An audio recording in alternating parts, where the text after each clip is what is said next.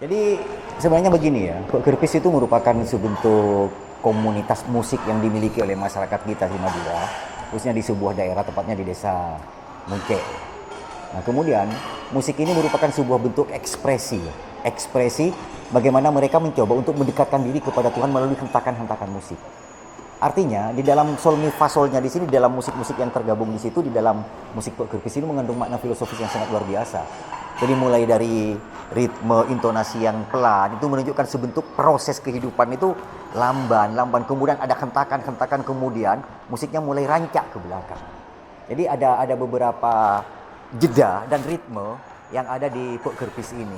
Intinya biasanya diiringi dengan pujian-pujian juga. Jadi diiringi dengan pujian-pujian yang Islami.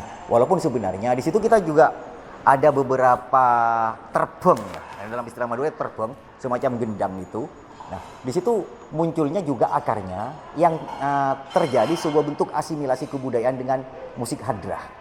Nah, kemudian di situ ada beduk gubah. Nah, inilah yang saya katakan bagaimana Pok Gerpis ini memadukan antara unsur hentakan-hentakan dinamika kultural, proses berlangsungnya perjalanan manusia untuk mendekatkan diri kepada Tuhan. Salah satunya adalah sebuah simbol beduk. Simbol beduk kita ketahui bahwa beduk walaupun itu banyak yang menyoalkan kenapa beduk ini adalah budaya macam-macam dan semacamnya. Tetapi kita tahu di Madura ini beduk adalah sebuah simbol penanda ya. Penanda ketika waktu salat, ketika buka puasa. Nah, makna-makna yang terbangun di sini, jadi hentakan-hentakan musik ini secara filosofis menggabungkan bagaimana proses perjalanan hidup manusia yang penuh dengan dinamika dan liku-liku diwujudkan dalam bentuk hentakan musik-musik dalam sol mi fa sol musik itu sendiri. Kemudian makanya di samping itu ditempatkan di komunitas ini ada beduk. Beduk yang memang biasanya kita kenal di masjid sejak Wali Songo, beduk sudah ada itu. Jadi artinya bagaimana di sini mengingatkan kita. Jadi maknanya mengingatkan kita bahwa kita sebenarnya sebagai manusia yang makhluk khata' wa nisyan tidak pernah lepas dari salah dan dosa itu, mengingatkan untuk, artinya mengingat Sang Pencipta. Jadi hentakan-hentakan musik itu terbangun. Di samping itu juga ada beberapa mulai dari terbang itu semacam ini gendang kecil, gendang hadrah itu mulai dari jenis yang kecil, agak besar, terus kemudian ada pangurpi istilahnya. Pangurpi itu apa ya? Dalam istilah bahasa Indonesia itu pangurpi adalah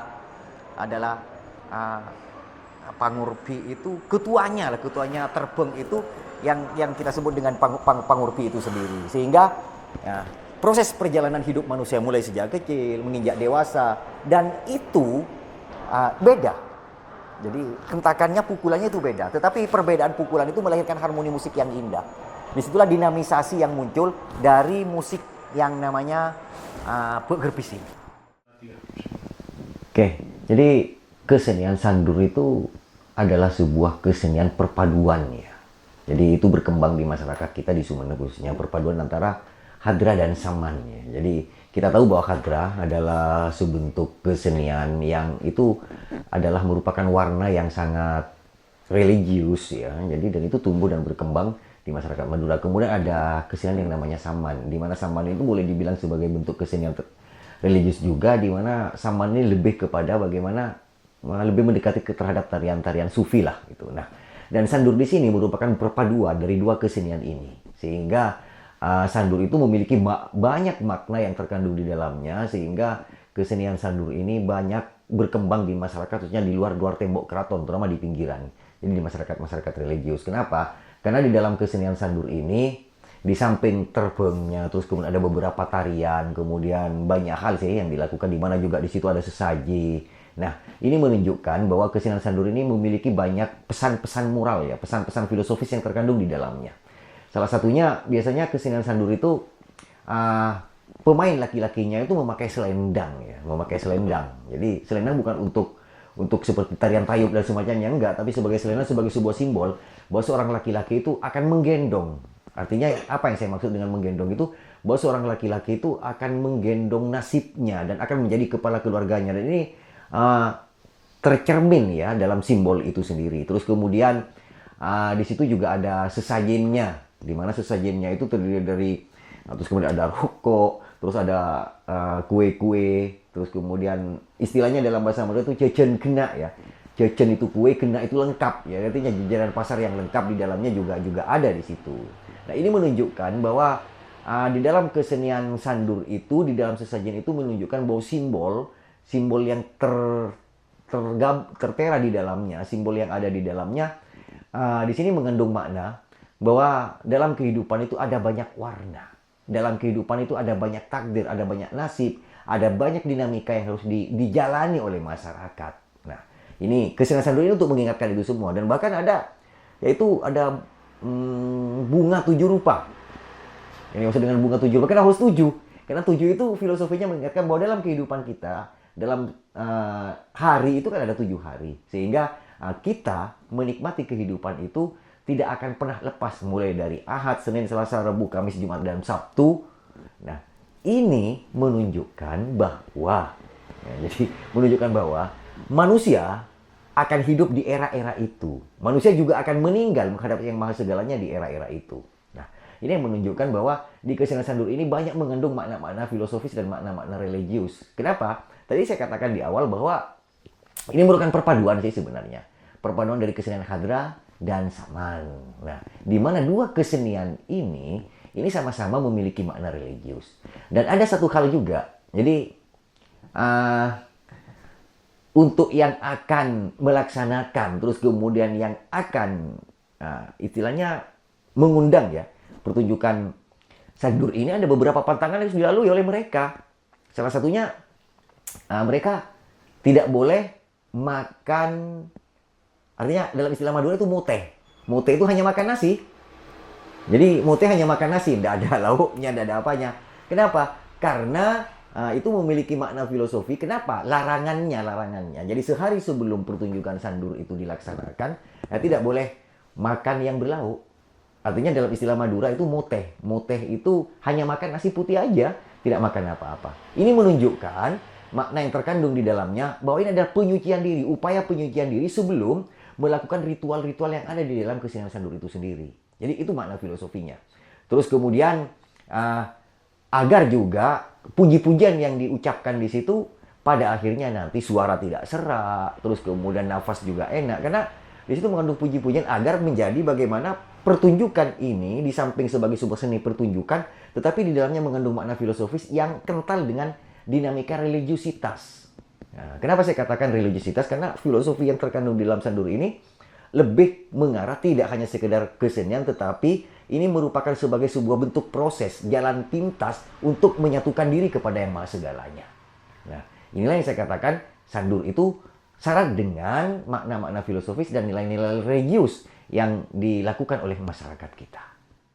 Ya, kita masyarakat Sumeneb ya, khususnya di Madura, khususnya Sumeneb itu punya sebuah makanan khas kuliner yang dimiliki oleh masyarakat Sumeneb, di mana makanan itu namanya campur.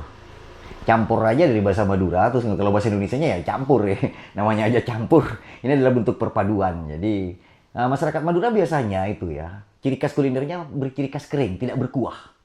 Itu asli Sumeneb. Tetapi kenapa dicampurin ada kuahnya?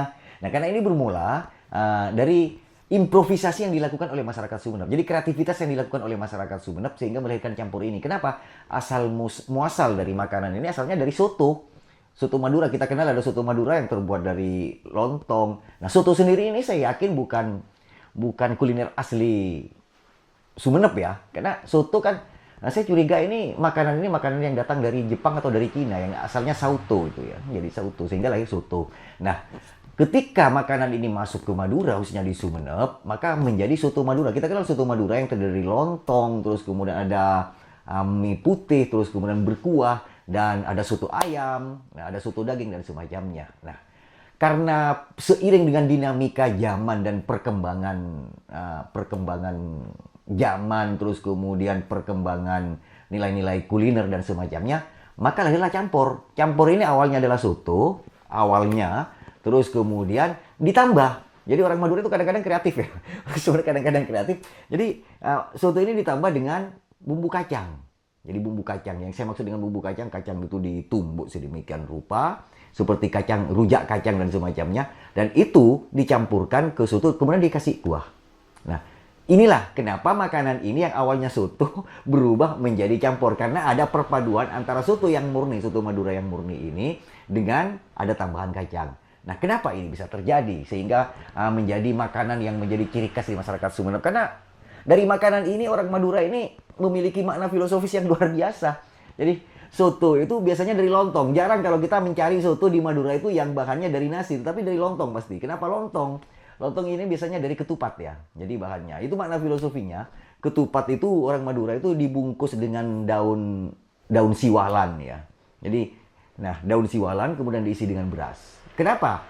Campur ini intinya adalah makanan yang diisi dengan ketupat ini, karena di dalam ketupat memiliki makna filosofis, beras adalah sumber kehidupan. Dan ketika dimasukkan ke dalam orong, kata orang Madura itu ya, bahan pembungkus ketupat itu kemudian menyatu. Ini adalah perekat kehidupan. Ada mengandung makna, ada perekat kehidupan, ada silaturahim yang kental. Makanya orang Madura memiliki adigium ketika persaudaraan itu terbangun sedemikian rupa, entah itu kepada tamunya, entah itu kepada saudaranya, dan semacamnya. Terus kemudian, bahannya juga dari bahan-bahan yang campur ini, banyak sekali memiliki makna filosofi. Di samping bahannya adalah lontong atau ketupat, di mana dalam adalah perekat kehidupan. Terus kemudian, kacang-kacangan ini, kacang tanah ini diambilkan dari saripati tanah, bahwa manusia itu berasal dari tanah dan akan kembali ke tanah. Sehingga tidak hanya sekedar makan, tapi bentuk penyadaran diri, makna filosofi yang terkandung di dalam makanan campur ini sendiri. Walaupun sebenarnya makanan campur ini munculnya di era-era 80-an ya, di era-era tahun 80-an untuk masyarakat Sumeneb. Namun sebelumnya belum ada, sebelum itu belum ada. Yang ada hanya soto gitu ya.